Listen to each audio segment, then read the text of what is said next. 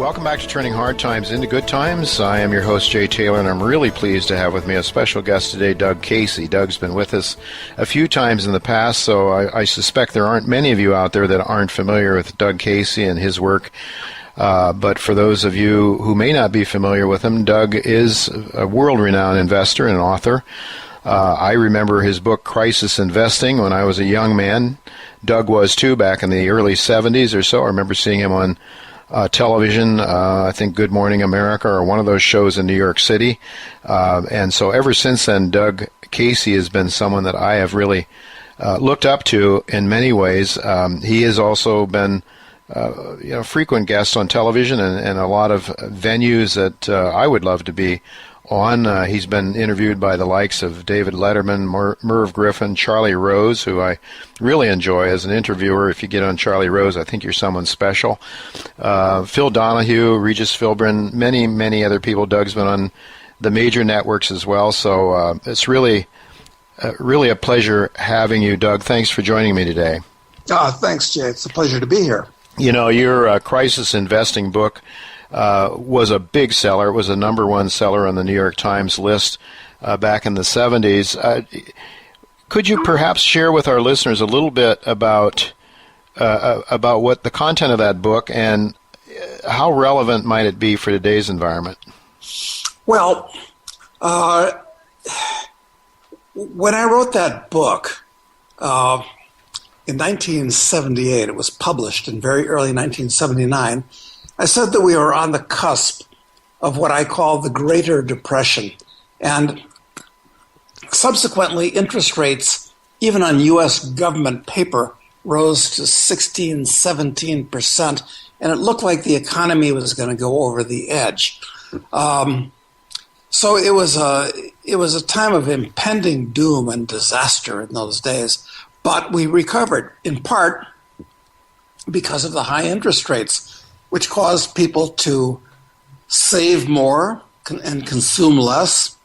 It washed out a lot of misallocations of capital and distortions from the marketplace. All right, now here we are, 35 years later, and at this point, interest rates are at all-time lows. In fact, they're at negative levels, something I thought was metaphysically impossible, quite frankly. Mm-hmm. And what I'm saying right now is that we're in phase 2 of the Greater Depression. A depression is a period of time when most people's standard of living drops significantly. That's the best general definition of a depression, a time when most people's standard of living drops significantly. And the average American's standard of living has been going down consistently since about 1971. And I think it's going to go down much further and faster at this point. In fact, look at it this way, Jay. We entered a gigantic financial hurricane in 2007 when the economy once again almost totally collapsed. And the government papered it over by creating trillions of new currency units, not just the U.S. government, but the Europeans, the Chinese, the Japanese, all of them, everywhere have done this. And most of those currency units have just stayed in the banking system since then. And now we're exiting the eye of the storm. The leading edge of the hurricane was 2008 and 2009, the eye of the storm. And now here at the end of this year, 2016, we're going to go into the trailing edge. And it's going to be much worse, much longer lasting, and much different than what we saw in 2008 and 9, or for that matter, back in the early 80s. So hold on to your hat. Yeah.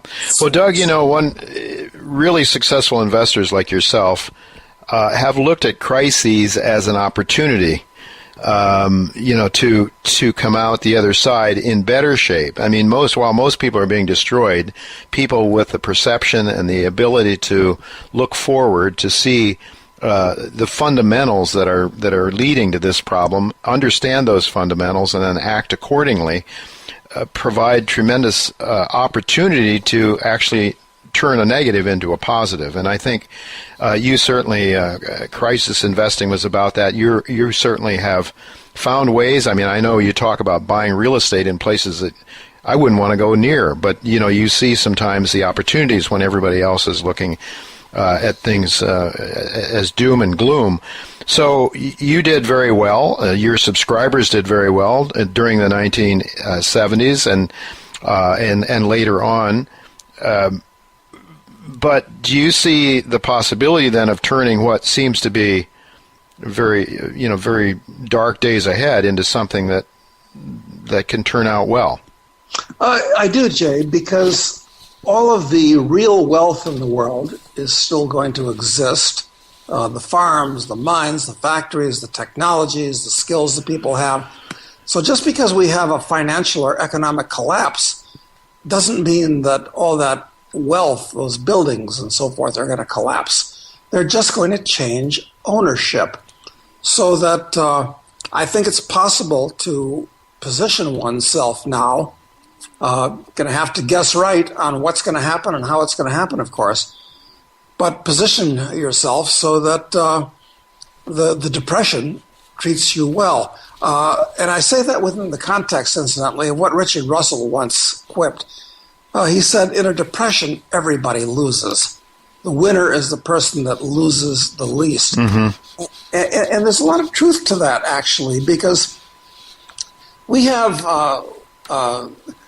the standard of living of the average guy has been going down for decades, but it's been disguised by the tremendous improvements we've had in technology, which is the mainspring of human progress anyway. So, of course, better technologies improve people's standard of living, while all kinds of other things, mainly things that the state is doing, has decreased it. And also, it's the tremendous amount of debt in the world is important, because when you have savings, which very few people do anymore, net savings, it means that you've been producing more than you've been consuming, and the savings is the difference. But debt means that you've been consuming more than you've been producing. Now, how's that possible? Well, here's how it's possible. It means that you're consuming the seed corn that have been created for many generations before us, and you're mortgaging your future. And that's what most people have been doing. So this is going to be quite catastrophic, I think, in the years to come. Yeah, destroying your seed corn certainly is, I think, a very good way of putting it. Doug, I can't understand how you can pretend to be a capitalist country when, in fact, you are destroying price recognition of capital, as the central banks are doing around the world, led by the Federal Reserve. I mean, that they're pushing interest rates down to zero, then to negative rates. As you say, you thought it was impossible for that to happen, but we're actually seeing it happen. And it seems to me that, as you say, they're discouraging savings. Why to save? And so, where is this thing going to go? Because we are, in fact, as you say, we're destroying the seed capital because we've been encouraged to do that by governments, by central banks that are really forcing us into that direction. And here's the thing, Doug, now they're talking about, zero rates, negative rates, and now they're worried people will take their money out of the bank. No kidding. We're going to take our money out of the banks if you're going to start taking money away from us. And then they have the audacity now to suggest that maybe we have to make cash illegal so people can't take their money out of their banks, so that we'll be forced to use digital money, use our cell phones to buy things and sell things. How do we protect ourselves against that nonsense? Boy, that is really tough. One thing you're going to have to do is violate the law. And you're never supposed to say, violate the law. You're supposed to be a law-abiding little lamb, a law-abiding citizen.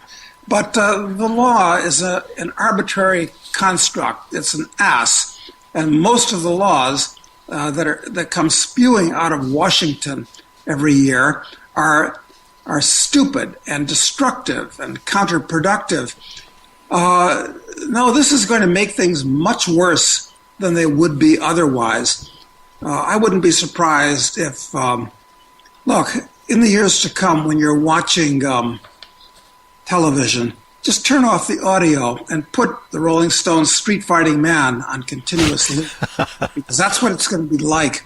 In fact, I think that, I'll tell you what, I don't support him. He's got a lot of idiotic beliefs, and he says a lot of stupid things, but I think that Trump is not only going to win, but he's going to win by a landslide. Wow. Because the reason I feel that, there are a number of reasons why I feel that he's going to win. One reason is that people are just fed up with the status quo. This is why Bernie Sanders is, really, in point of fact, running neck and neck with Hillary. Yeah. And it's an avowed socialist. I mean, people, at this point, things are so rotten that, that old saying, well, you don't want to burn down the barn to kill the rat. But a lot of people feel, hey, you know what? It just depends on the relative value you place upon the preservation of the barn as opposed to the destruction of the rat. That's what's going on right now in the U.S. Yeah, I think there's no question about that. And, I cringe at a lot of the things that Trump says, but I agree with you. There's so much anger, there's so much discontent, and my sense is, well, maybe there's a chance with Trump. We know where the other guys are taking us. They've demonstrated it. I don't think people have an understanding of the details. I don't think enough people understand, Doug, why the destruction of savings through lack of price discovery, through interest rates. People don't really have a clue as to why it's important to save, as you were pointing out. We had this long period of prosperity after Volcker took his foot off the accelerator, going back to the 1970s. We were facing hyperinflation. And they restricted the growth of money and allowed interest rates to rise. That caused people to save. Doug, I remember my first mortgage was a 17.5% mortgage here in New York City. And, yes. But that paved the way. That savings paved the way for a couple of decades, several decades of much better, of growth to an extent. But then, of course, the same guys took over and started to try to promise more than they could deliver, that actually the real world can deliver in the short term, at least for people, the politicians with all their promises, and wanting give away gifts through interest rates. And well, we don't need to go into all of that. But Doug, so as you say, wealth will not be destroyed. It's a matter of redistribution of wealth, right? So how do we know that gold retains its value. Gold retains its value. An ounce of gold will buy basically the same thing as it would have bought, 1,000 or 2,000 years ago, I guess. And people have done studies on this sort of thing. But gold, in terms of the currency, can go up dramatically. And in fact, I want to bring out a picture that you have painted for people that have listened to you and heard you speak in the past. In fact, I put this in my May newsletter, my May monthly newsletter, which is just going to press today. Gold's ultimate price, I say, think Niagara Falls through a garden hose. You've used that expression. I think it was you, Doug. I hope it was you, because I'm saying it was. That you said, look, when fear grips and people lose confidence in the dollar or other currencies, you're not going to be able to get gold. It's going to be like trying to force Niagara Falls through a garden hose. That was you that said that, right? Yes, that is indeed. And so now's the time to buy gold, the physical stuff to start with. Oh, absolutely. And for different reasons, silver should be put in the same classification. It's not a pure monetary metal. It's got many, many more industrial characteristics, but I'd be buying both of them. Silver is a more volatile market. It's got more upside potential if things go the right way. But I think that you're going to see gold explode upwards in the next few years. So that's certainly something that everybody should do. Put most of your savings, most of your liquid wealth in the precious metals at this point. And since with these criminally insane people at the Federal Reserve and in the U.S. government printing money and creating all kinds of distortions in the marketplace, the other thing that I think is very interesting is these junior mining stocks. They're not small caps. They're not micro caps. They're not even nano caps. They're pico caps. They're so small. And I think that people could catch on to them. And after this long bear market that we've had, both in all commodities and in these mining stocks, fortunes could be made.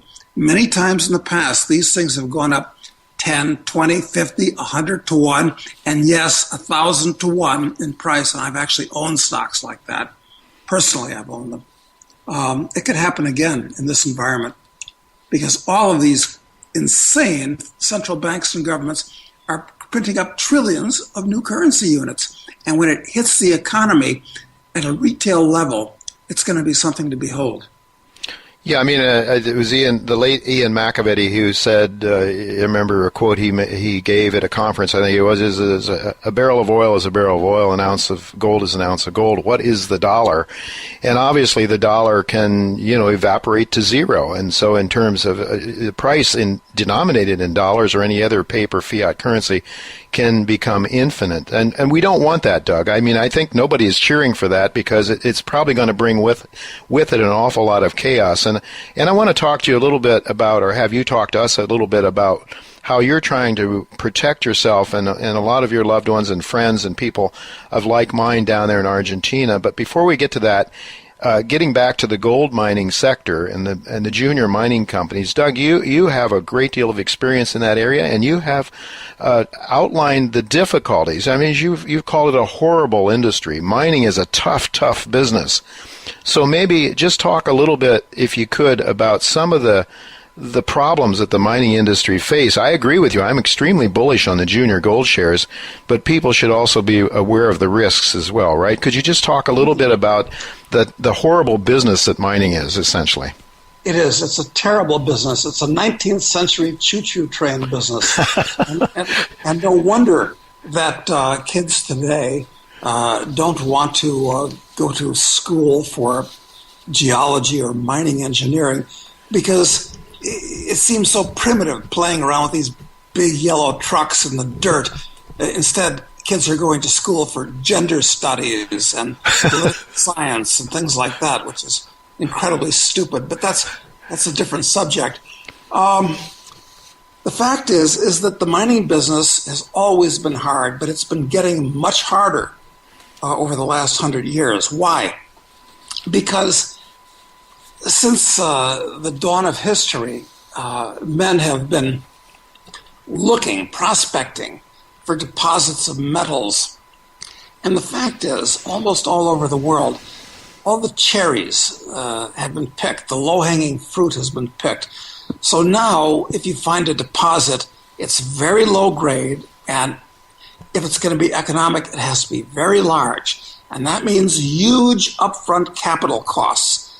But why would you want to make a huge upfront investment when first of all, after you spend millions and millions of dollars finding this hard-to-find deposit, then you might have to spend another decade getting the permits to put it in, and then raising billions to build the mine, which there's no guarantee is going to work or be productive.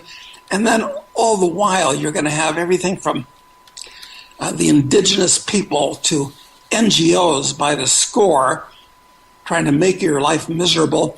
And if it is successful, the government's going to try to tax it out of existence. It's a horrible business. You can't invest in mining. You have to speculate in the mining stocks. So I think that kind of sums up. Yeah. I think you've hit it. You've hit it very well. Certainly, what do we do? And speculate, of course. So I think what you're suggesting, Doug, is people should not be investing more than they can afford to lose, or let's say speculating their resources more than they can afford to lose when they go into these mining shares. It certainly is. These are the guys, though, that really create the wealth, Doug, in my view. The miners, the manufacturers, the inventors, the farmers.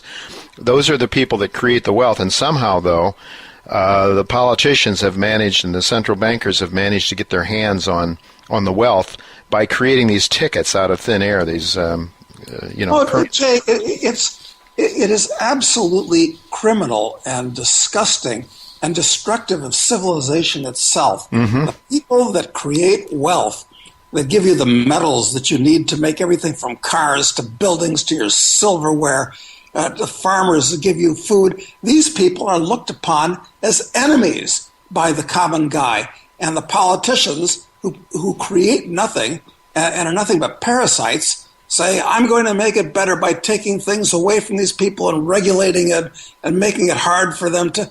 It's a bizarro world where everything is upside down philosophically. So I think that this is all going to be washed away. I think what we're looking at now is not just the biggest thing since the last Great Depression from 1929 to 1946. I think we're looking at the biggest thing since the Industrial Revolution. And I don't know exactly how it's going to shake out, but it's going to be fun to watch. And that's why I like being down here in Argentina, because incidentally, this is something that your listeners might want to keep in mind. It's that as tough as things are going to be in North America and Europe and Japan and China, there are places in the world that the standard of living is high and getting much higher. Here in Argentina, for instance, since Juan Perón, after World War II, this country, which used to be on a level with the United States, has been going down and down and down. But finally now, they've elected a president. They seem to have turned a corner. And here in Argentina, where the cost of living is very low, what's happening is that I think there are scores of billions of dollars from Argentines that have hidden overseas. They're going to bring it back to the country. There's going to be new investment from foreigners that's going to come in here. Commodity prices, which this country revolves around, are very low. They're going up. That's going to bring in many, many billions more dollars. Farmers are going to double their production, many, many billions more dollars. The economy is being deregulated. You know, he's fired here in Argentina 100,000 government employees for openers. There's only 40 million people in this country, but he's already fired 100,000 government employees. That's a very good start. So I think that while the rest of the world is going to be in chaos, this country, which has been living in chaos for the last 50 years, is going to improve tremendously. So you've got to look abroad. You can't act like a medieval serf to one place like a potted plant. That's not a good survival strategy. Very interesting. Well, we had Jim Rogers as my guest last week, and I was asking Jim about where, he's expressing some reservations about his home, what he calls home now in Singapore, given some of the developments that are going on now with the new Silk Road and goods going from China through India and Russia all the way up to Europe. He's suggesting that Singapore is likely to be far less important in the future as a port city, which really is what its economy revolves around to a great extent, that and I suppose some financial services. And I asked him, and he's also concerned not only about the economic implications of all that, but also about chaos around the world, safety, your own personal safety. And you can imagine, Doug, if we're heading into the kind of disaster or hurricane that you're suggesting, there's going to be a lot of civil unrest. And Jim suggested that, well, maybe there's some isolated places in South America that you might look at, and he didn't name Argentina per se, but I know that you have, next to Jim Rogers, I think of as a world traveler, a person who's been around and has gone and studied countries and learned about them firsthand by visiting them. You've studied Argentina, and before we let you go, I want you to talk a little bit about your project down there, which I visited a few years ago. It's a lovely place in Salta, the province of Salta, and on the edge of a small town called Cafayate. Tell our listeners a little bit about that, and then also, Doug, related to this issue of digital money and what the government's trying to force on us. Is there a way that your little community down there in Cafayate may be self-sufficient to an extent whereby you can create your own community and be immune to some of that kind of nonsense that it looks like we're going to be subjected to? Well, that's pretty much the case. We built a resort community in the town of Cafayate, which is a wine-growing community. We're surrounded by thousands of hectares of vineyards in a valley, surrounded by mountains, lots of water. And you can get on your horse from Cafayate and ride at Fez in any direction once you get out of the vineyards and not see another human being. So we're isolated, and all the food is fresh and local, and we have a championship golf course, we have a polo field, we have a world-class gymnasium and spa. We have all these fantastic things down here to live in the lap of luxury. So when things hit the fan in the rest of the world, I'm hoping to be watching it all in the way of free amusement on my widescreen down here in Argentina. Much more pleasant than watching it out my front window in the U.S. So people, they can go to lec.com. I think that's the website that would work. And they also want to check our free blog called internationalman.com. Sign up for it. Every day we have some interesting, internationally oriented stuff, investments, and all kinds of things. So that's the second thing. And the third thing, Jay, I want to come back on your show, if I may, next month, because I've just completed the first of the 6 novels that I'm writing. Oh, good. Yes, on unjustly besmirched and highly politically incorrect occupations that our hero indulges in, each more radical than the one before. The first one is called Speculator, about a gigantic mining fraud. It's educational about the mining business, and also about a revolution in Africa, which I think people will find entertaining, with boy soldiers and the whole thing. Because in fact, I was just a few weeks ago, I was in Zimbabwe, and it was quite interesting, because that's one of my hobbies, you may recall, is talking to third world governments, preferably military dictatorships, about how to radically reform their economies and turn themselves into a new Singapore. I've had some fascinating adventures doing that type of thing. So, fascinating. Lots more we could talk about. Well, I certainly would like to have you back on again sometime in June. When will the book be coming out? Sometime mid-June, I hope. Okay, yes. All right. Well, we'll keep that in mind, Doug, and I'll look forward to having you on. I'd love to have you on. Always refreshing, always a lot of fun. You provide insights that are rare, I think, and very valuable. So thank you very much for being with us once again. And again, we'll look forward to talking to you in June sometime. Great, Jay. Thank you.